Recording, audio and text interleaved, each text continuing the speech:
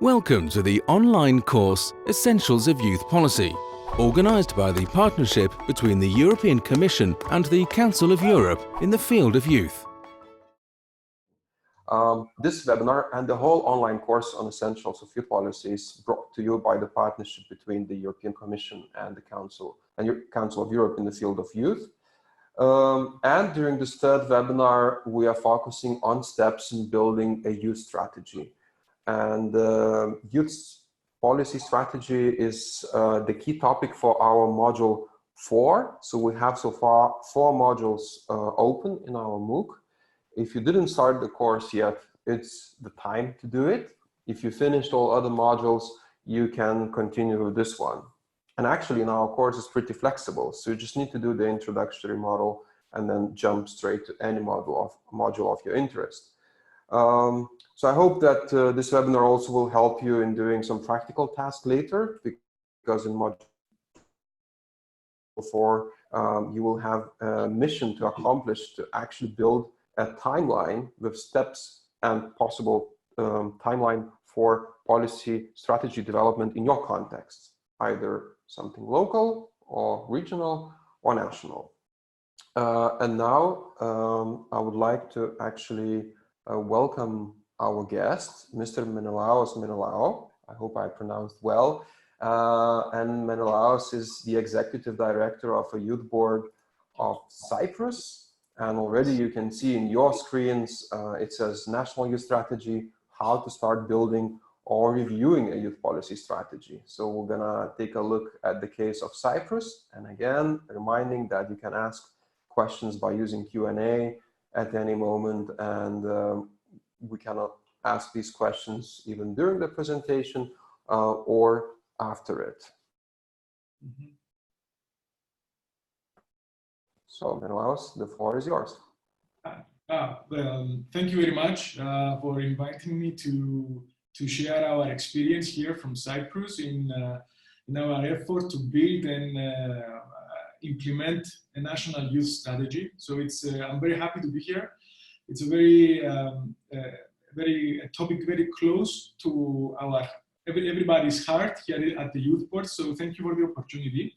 I hope I can give some insights and some useful insights in a practical manner for everybody that is interested in either building or reviewing a national youth strategy. And I expect that this will be also, as we said before, a peer learning experience. So I expect to learn also things from you guys and from the people that have already joined us for this MOOC, in this webinar. So as I said, I will try and be as practical as possible and share our experience, and we'll see how it goes. So let me get this working, changing slides. Yeah. Well, our agenda, a very non-self-explanatory agenda. We will talk about the who, the why, the how, the what, and questions at any time, as you said already. So people can jump in at any moment and ask any question that they would like to get an answer to. So the who we are, the Youth Board. So we are a public body governed by a board of directors here in Cyprus. So this is something that gives us a lot of flexibility in order to decide upon things in an easier way, let's say, from people that work in ministries. And I say this because I have a lot of colleagues that work under ministries, and sometimes things are slower when you are part of something bigger as a Ministry of Education, Culture, Sports and Youth. So even though we are a public body governed by a board of directors, we are of course under the Ministry of Education and Culture. So everything that we do policy-wise or budget-wise goes through the ministry and then to the cabinet of ministers, the presidency of Cyprus, and then to parliament for final approval. So just to have an idea on how we work. So we are the competent authority for all youth issues, both policy making, hence we are talking about youth strategy today, but also on program implementation, design and implementation of various programs. We have about 20 of them in various bundles, let's say. And we are also the national agency for Erasmus+, the youth chapter, and the European Solidarity Corps as well. So we have a broad package of youth-related issues, and we are very happy about that.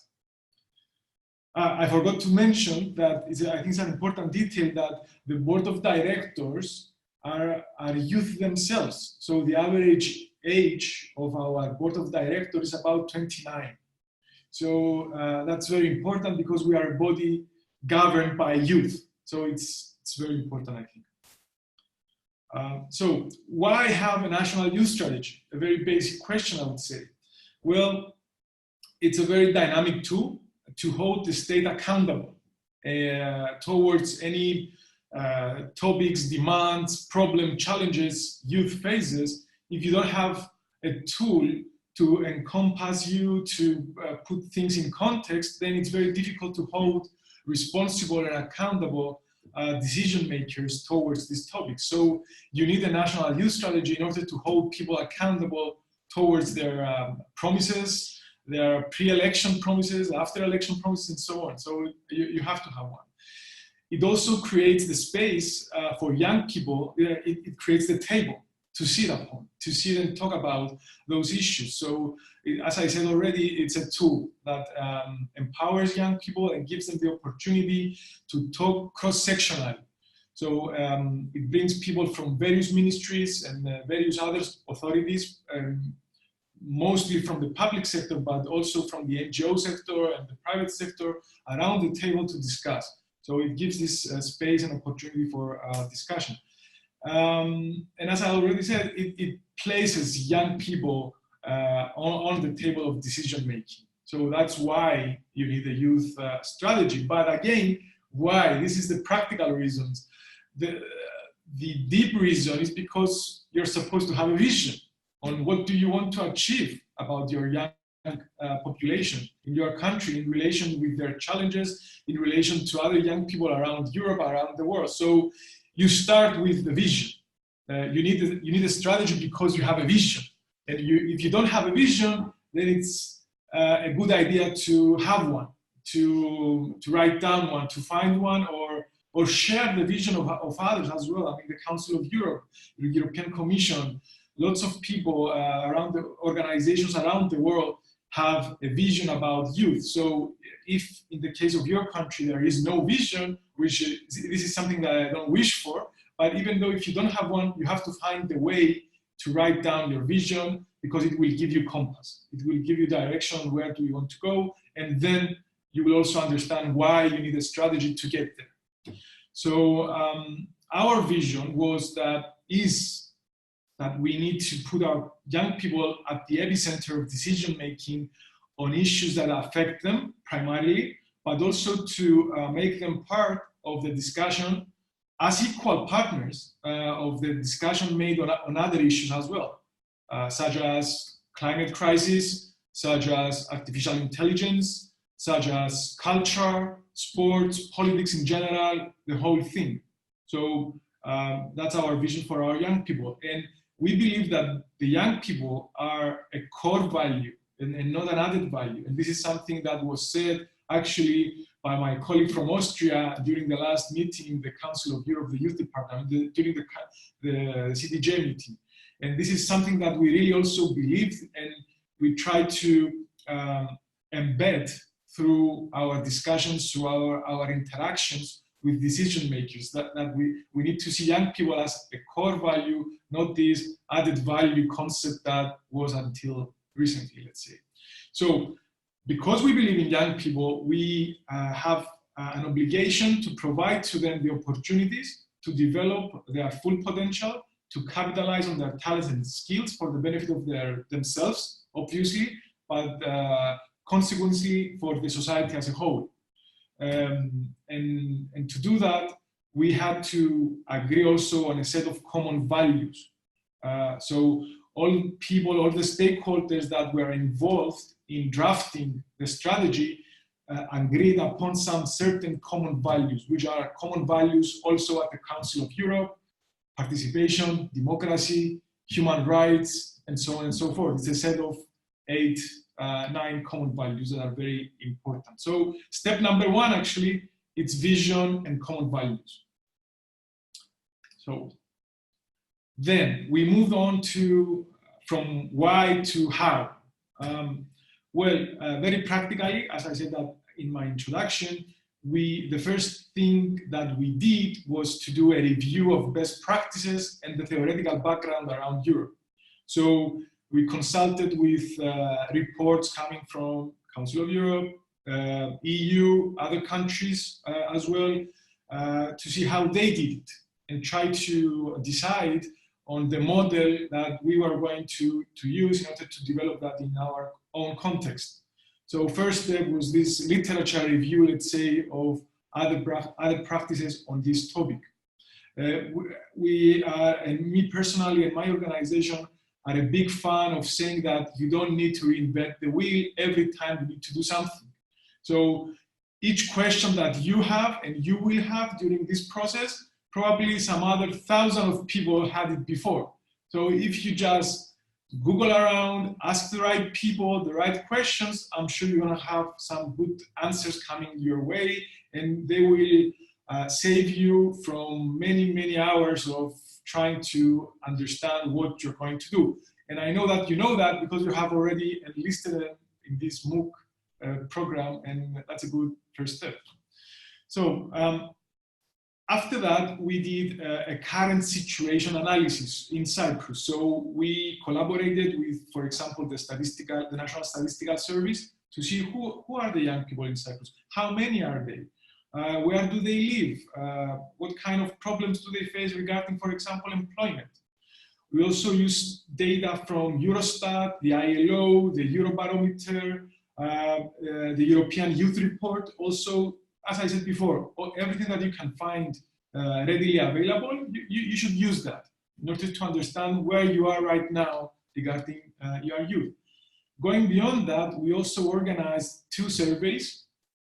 One of it was with 1,340 people, and the other one with 1,000 young people around Cyprus, from rural areas to urban areas, and so on. And the goals of these 2 surveys was the first one, to make a profile of young people in Cyprus. So as I said before, who they are, where do they live, what's their lifestyle like, what's their major challenges, and so on.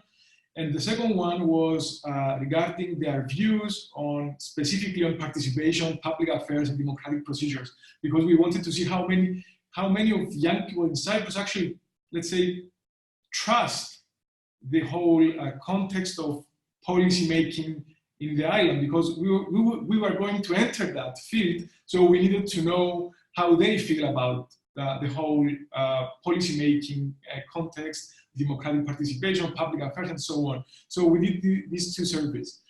The next step was the development of the cross-sectoral team. That was also very important, and was one basic, let's say, decision that we made from the beginning, that we are going to get people involved from as many stakeholders as possible. So we went to the ministers of the Cabinet of Ministers, so the highest executive authority on the island, the President of Cyprus, and we asked them to ask the ministries to appoint one contact point in each ministry and each public body that are considered crucial and relevant to what we were going to do.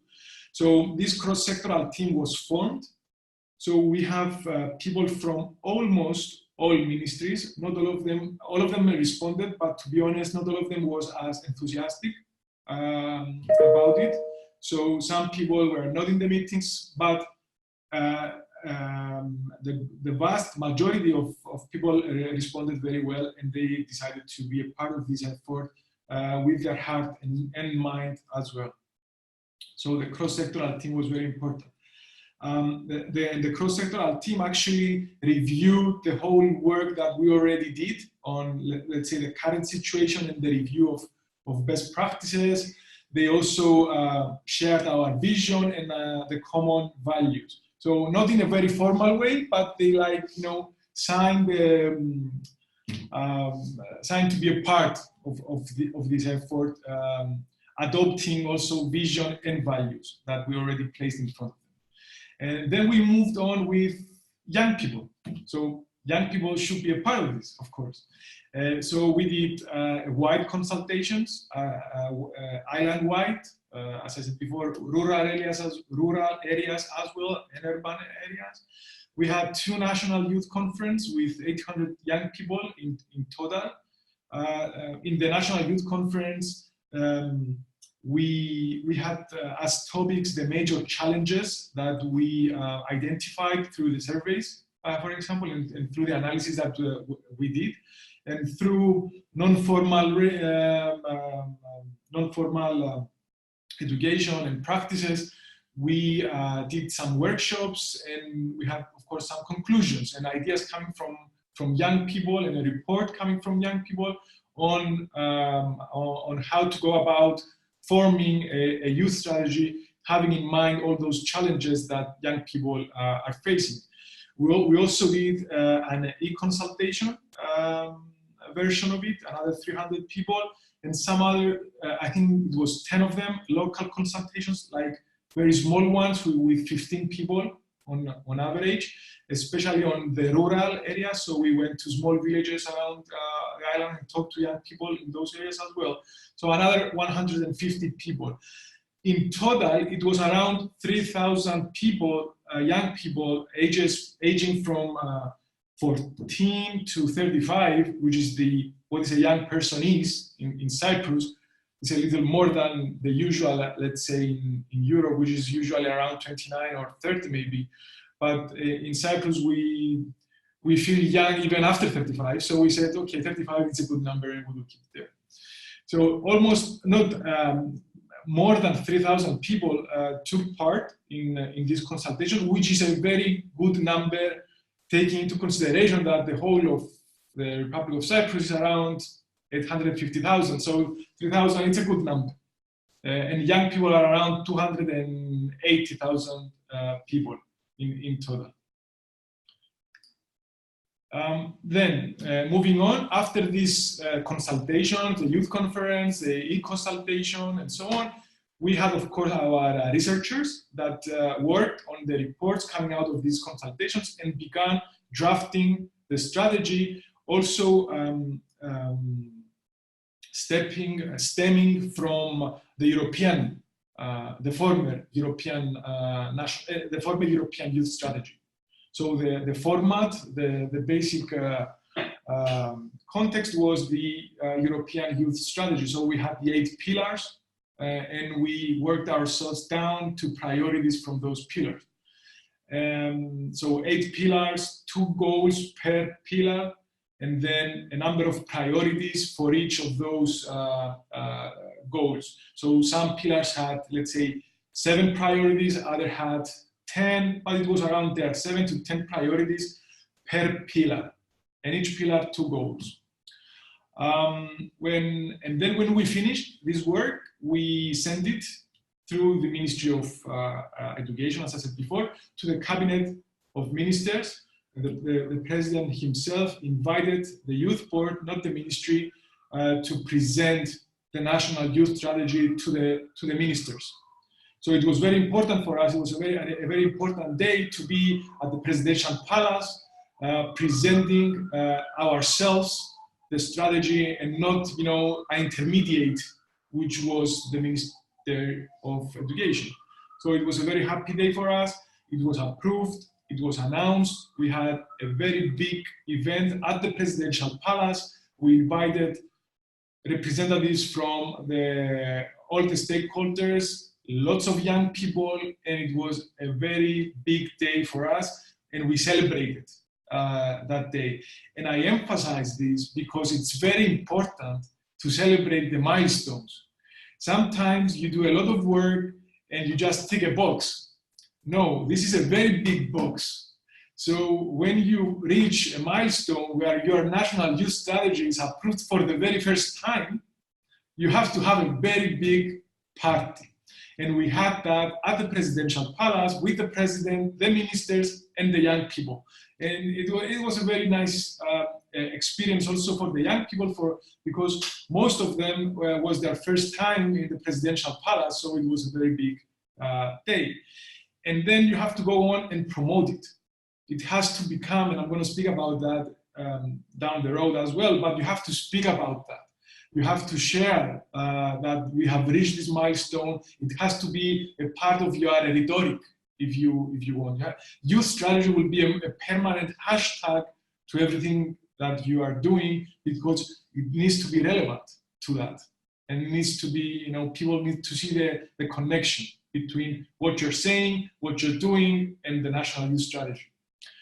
So, well, after that, it comes, we have the monitoring mechanism of the youth strategy, because, okay, very well, you have a strategy, but you need to have a mechanism in place in order for you to be able to monitor the implementation of that, and also evaluate it. How are you doing towards your priorities, for example, towards the goals that you have set for yourself? And there needs to be a reporting stage towards all of the stakeholders, both the young people in your country, but also decision makers, the government, the people that are paying the society towards this strategy. So these were the steps. Moving on to what I have already spoken about it, but what is the youth national strategy that we have here? As I said, there are 8 pillars on education, training, on employment, entrepreneurship, culture, health, well-being. I mean, you can find those 8 pillars online as well. We set 2 goals for each pillar, and as I said, a number of priorities in a more practical way on how to go forward implementing those goals. The monitoring mechanism that I already mentioned, it's comprised by the cross-sectoral team. So you have the people from the ministries and also young representatives, mostly from the National Youth Council. But also we have people that are not part of the National Youth Council that can participate in these meetings and have their say, their questions, their commenting on how this goes.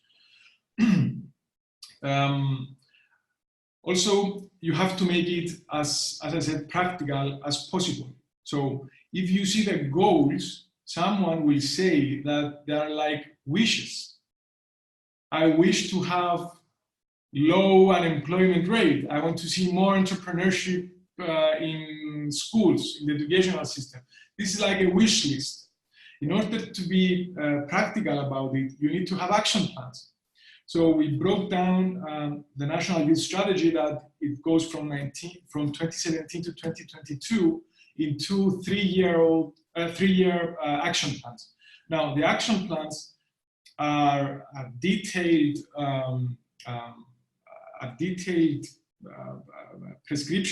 descriptions of specific projects that work towards achieving those goals and those priorities. So all the ministries wrote down their specific programs, projects, either national or European funded programs that are relevant to this target group, to young people aging from 14 to 35. And they wrote it down in a template that we sent them. So it was very clear what they're doing, for who, when, what is the budget for this, what are the key metrics for that project, and so on and so forth. And this was the action plans. And we did the first one, and currently we're working on the second one. To be completely honest, the first one, we didn't have the time to influence it much because it was 2017 and it was already up and running. So it was actually a photography of what was happening actually right now relevant to young people. So we didn't have much time to influence other authorities to create new programs. We had time to influence ourselves, of course. And after that, we announced 8 new programs that were specifically targeting the implementation of the National Youth Strategy. And we also changed another 4 of our programs based on what young people had said during the consultations, during the conferences. And it was just to say that, okay, this is our part. This is the part of the National Youth Board, the Youth Board of Cyprus. This is what we are doing towards implementation of the National Youth Strategy. And now we're working closely with the ministry. We have been working with them since to create the new action plan that will hopefully include also new programs that will be influenced by the work that we have been doing the last 2 years. And of course, the whole purpose, of course, of bringing together all these people was to identify the gaps and the overlaps. So, and there was a lot of them, actually. I mean, the Ministry of Commerce, for example, had a program that were targeting young farmers. So young farmers could also apply to them for having like an idea of a new cultivation, a new way of producing and so on. And the same program, more or less, was happening at the Ministry of Agriculture. So when they came together around the table, they realized that and said, okay, we can work together and we can have a bigger program, a bigger budget. Or you can change a little bit your program and be more specific, for example. Target a niche market and not a very broad one who can stay with the Ministry of Commerce. So discussions and conversations started, and we were very happy about that.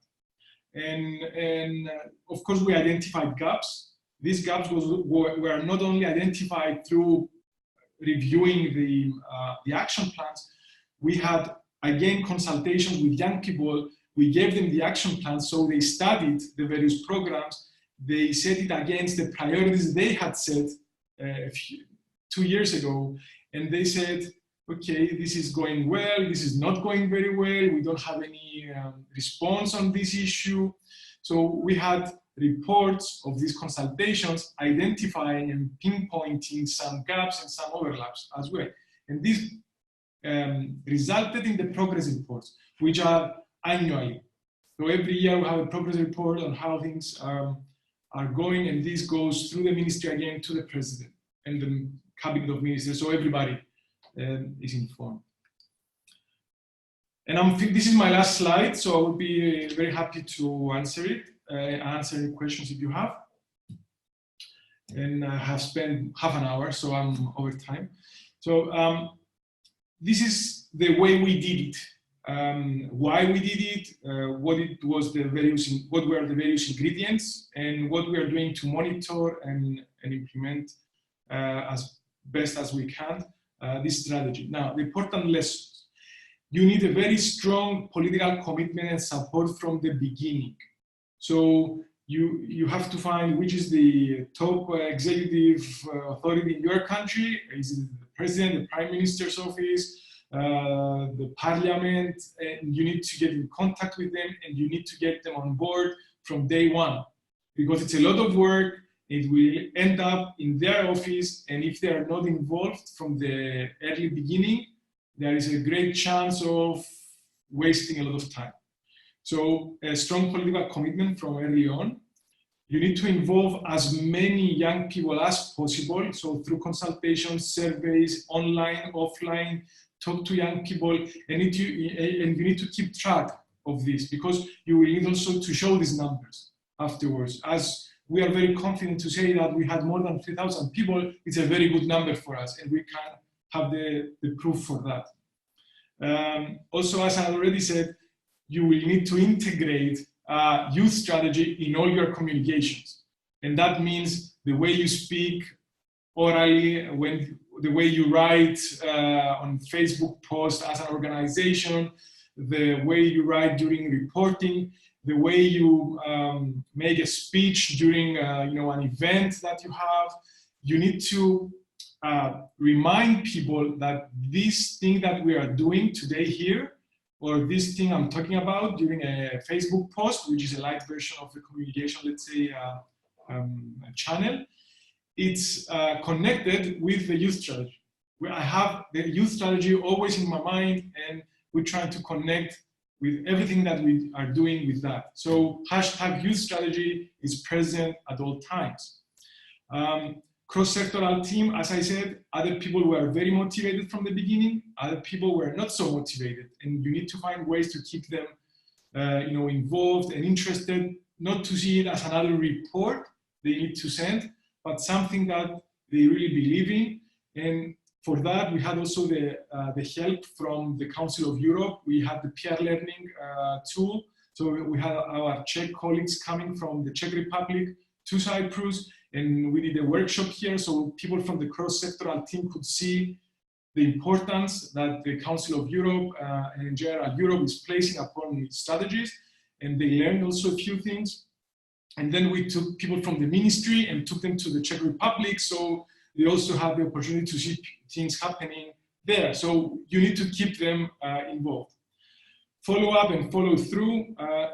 We are talking about young people. Young people are very suspicious and with good cause. I mean, they hear promises all the time. So if you say you want to do something, you better deliver. You might not deliver 100%, but you must deliver something, and you need to have a reason for that other something that you didn't deliver. And so you have to keep your promises. On the other hand, you need to be flexible. A youth strategy is a tool, it's a dynamic tool. You start from somewhere and you need to reach somewhere, but it's not a straight line. It will have some curves. You will stop at some points. You will maybe even go back a little bit, and then you need to go forth again. So you need to have a flexible mindset. You need to update it. The priorities, for example, change based on the realities. The priorities were set 2.5, sometimes 3 years ago. So you need to be flexible on changing them. And you need to plan ahead. We are already in the middle of it. And we didn't, but we have to start thinking about after 2022. And we need to think about making some decisions. Is it going to be the same format? Is it going to change? Is it going to adopt the new European format? The 2030 agenda from the Council of Europe, the 2030 agenda from the UN. You have to make all these decisions as early as possible and start working as early as possible for your next step. So I think that was the last thing I wanted to say. Yes. And that's it, folks. That's all, folks. Thanks a lot, Menelaos. Very interesting to see, also very practical and then very concrete to see, how you started from vision up to now. And we have a question from our webinar participant, Cristina Martin. And Cristina is asking, have you collected the opinion of young people regarding the achievements so far? So it's a little bit linked to monitoring, which you mentioned, in order to focus on the new 2020-2022 plan. Yeah. So were there any opinions collected, and how did that actually influence the new plan? Well, we use two tools. Both of them are consultations, of course. The first one was the face-to-face consultations. So we had 6 consultations in all districts. So it was district consultations with young people. We collaborated with the National Youth Council and also the youth centers in these districts. So we had, I think it was around 200 young people. So it wasn't a very big number, but still it was 200 young people, but representatives of young people. So there were people elected in local youth councils, in the municipality youth councils, and so on. Most of them were people like this, that profile. So we consulted with them, and we also used the Open tool for online consultations. And we had few responses. I don't remember exactly the number, but it was not more than 100 responses on the Open tool. So in total, let's say 300 people had their chance to see how the action plan is going and make some suggestions. And we took those along with others. For example, yesterday there was the Youth House of Representatives. It's another program that we do in collaboration with the National Parliament. So another 56 members of Parliament did their evaluation and did their suggestions, not on the whole strategy, but in specific topics, the most important ones for them, so employment, foreign policy, social policy, and so on. So we collected all this feedback, and this feedback is going to the cross-sectoral team, and from there to the ministries to influence their programs. I have also my colleague Slajana following the talk, and wanted to ask, maybe you would have some question. You are more a researcher, and maybe from a research dimension, any perspective or question you would like to ask? Absolutely. Thank you very much. I mean, you raised so many important questions, starting from the importance of political steering from the very beginning, and then ending with the celebration, which is also usually forgotten, I would say. And I also share your opinion on how important it is to celebrate our achievements at some point, not only to say, okay, we've done something, but also to develop ownership among various stakeholders. I noticed that at the phase one, which was about why, of course, there are many opinions and reasons why the National Youth Strategy should be done. But in reality, in practice, I saw many examples when the development of, for example, National Youth Strategy, but also the local one, was imposed. For example, by the international institutions, or by, you know, the renewal of some strategic frameworks, or by the simple fact that the neighboring country has done it and we didn't yet, and so on and so forth. So sometimes answering very obvious question, why do we need the youth strategy, was super hard and not really straightforward to answer. Could you please reflect a bit and on this, you know, and how did you approach it? And I think we should emphasize the importance of knowledge gathering, and reflections on also the peer learning. What has been there as well. I really appreciate that you pointed out that we don't have to invent the wheel every time, but there are so many, especially nowadays, there are so many examples of good practice. The knowledge is available. Most of the material is already online. And I mean, not only having all this in mind, but could you please also reflect on how can we make this why, you know, a question more kind of, how can we make it more closer, you know, to daily realities of both young people and the stakeholders, which are supposed to be the owners of the process. And thank you very much once again. Okay, well, I will try and answer as good as I can. Very good questions. I will start with the why. Well, the very practical reason behind having a youth strategy, it was because every government, I think, and I hope in the world, has some policies, has some programs towards young people, but they are very fragmented. So a little bit there, a little bit here. And as I said before, ministers and ministries and didn't talk to each other, and they didn't know what everybody was doing, and there was no answer. So when somebody would ask our president, our minister, what are you doing about young people in your country? He will remember maybe one or two things that his ministry was doing, but he would have no comprehensive idea of the policies in place. Rather, in place, I mean, imagine the policies that they would like to have in place. So it was very easy for us to convince our political patrons, let's say, that it is important to have this in place because it will make your life easier. It will make you more confident to answer a question, to your voters, because we have to be, you know, frank, they care about their voters, it will much more easier for you to answer to your voters, to your colleagues abroad, everybody, and say, I am doing this and that for the young people of my country.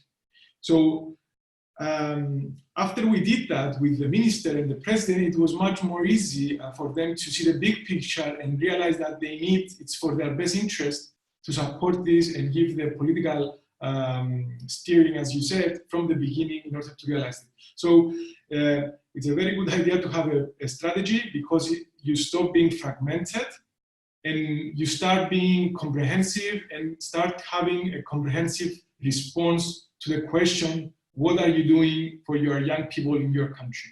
So it's a very basic question and a very basic answer, but not very obvious to many countries without a strategy. So that was the first reason, answering why. Regarding reviewing, yes, we talked to many countries. We, as I said before, during the DG meetings, during Council of Europe CDJ meetings, it's not about Googling all the time, it's about also talking to people. So we found a lot of data online. Of course, we had youth strategies from Estonia, I remember we used a lot, from Austria, from Germany, from Finland. I mean, we went through lots of them, we studied them, but we also talked to people, because it is important to talk, and as we are doing right now, because when you see the final product, you don't realize how much work it went into that and what was the difficulties, and it's very important to talk to people. And that's why we did that in every opportunity we had in meetings, bilateral or international meetings that we had. And that's why also, as I said, we used the tools offered to us, especially from the Council of Europe on this issue, the peer learning activities. So we, as I said, we have our colleagues from the Czech Republic that came to Cyprus, and they talked about their experience. And it wasn't so much about us, I mean the youth board, it was much more about the cross-sectoral team to see that these crazy people in the youth board that are calling me all the time and sending me emails, they are not alone in the world. There are other crazy people in other countries that have the same goals and understand why they're doing that. And it was super important that the people came and they listened and they saw that we are not alone. We are, you know, a small cornerstone, let's say, but of something bigger, of the whole European construction. And it was also very important when we took the ministry to the Czech Republic, and they also said how they're working, and not only about, you know, getting jealous of what they're doing there because they were more advanced in some issues, but also to see what we're doing well. Because at some point, even though it was a study visit, it became a peer learning activity, because our colleagues there said, we came down there and we saw that, for example, your structure, the way that you have all the competencies in one place, and you are very flexible, and you are youth-led because your board is like 29 years old. And it was like, for them, it was like a best practice, and it was not so obvious for us. And we've also felt, you know, good about it. That we're not just learning and asking, but we're also getting some positive feedback on what we're doing. So yeah, that was also very good. And I forgot your last point. If you can, you know, remind me. I don't know if I... It's okay. I think the answer was comprehensive. It was about how the knowledge gathering can help building ownership in a way. Well, of course, we collect knowledge, and we collect, as I said before, we don't reinvent the wheel. So we collect this knowledge not only through the ways that I have already mentioned, but also taking advantage of the TCA, for example, events. So we have this expertise coming from abroad, and you need to take stock.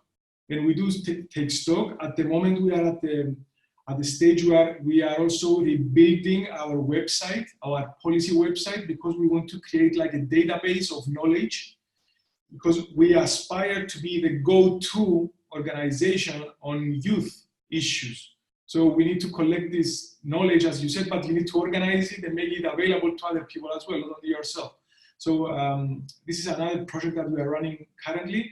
to redesign the policy website of the Youth Board to make it accessible to other people to tap into this knowledge that we collect throughout our efforts. Yeah. Okay, we have one more question, and we have time, I think, to answer that one. 10 more minutes to go. Zafiris is asking, do you have monitoring indicators for evaluating the impact? I'm not sure if it's not too early for the impact, but yeah, the question is on monitoring. And also using the chance to advertise that the next webinar on the 5th of November will be exactly focusing on monitoring and evaluation. But now it's a question to you. So I missed the question because there was a connection problem. It was about the impact of the strategy. Did you have any monitoring indicators to evaluate the impact already? Well, there weren't any specific key metrics on the impact of the strategy. It was more about bringing together all these programs, as I said, as part of the action plans, and monitor the implementation of those programs in the action plans. So in the evaluation, I think it was more indirect through the consultations as well. So how happy were the people that were part of these programs, for example? How much did they benefit from these programs that were part of the action program? So no direct evaluations, no direct key metrics on the youth strategy itself, but it was more on monitoring the implementation of the ingredients, let's say, of the youth strategy. And so the response and the feedback it's indirect on the youth strategy, I must say. I don't know if I made myself clear.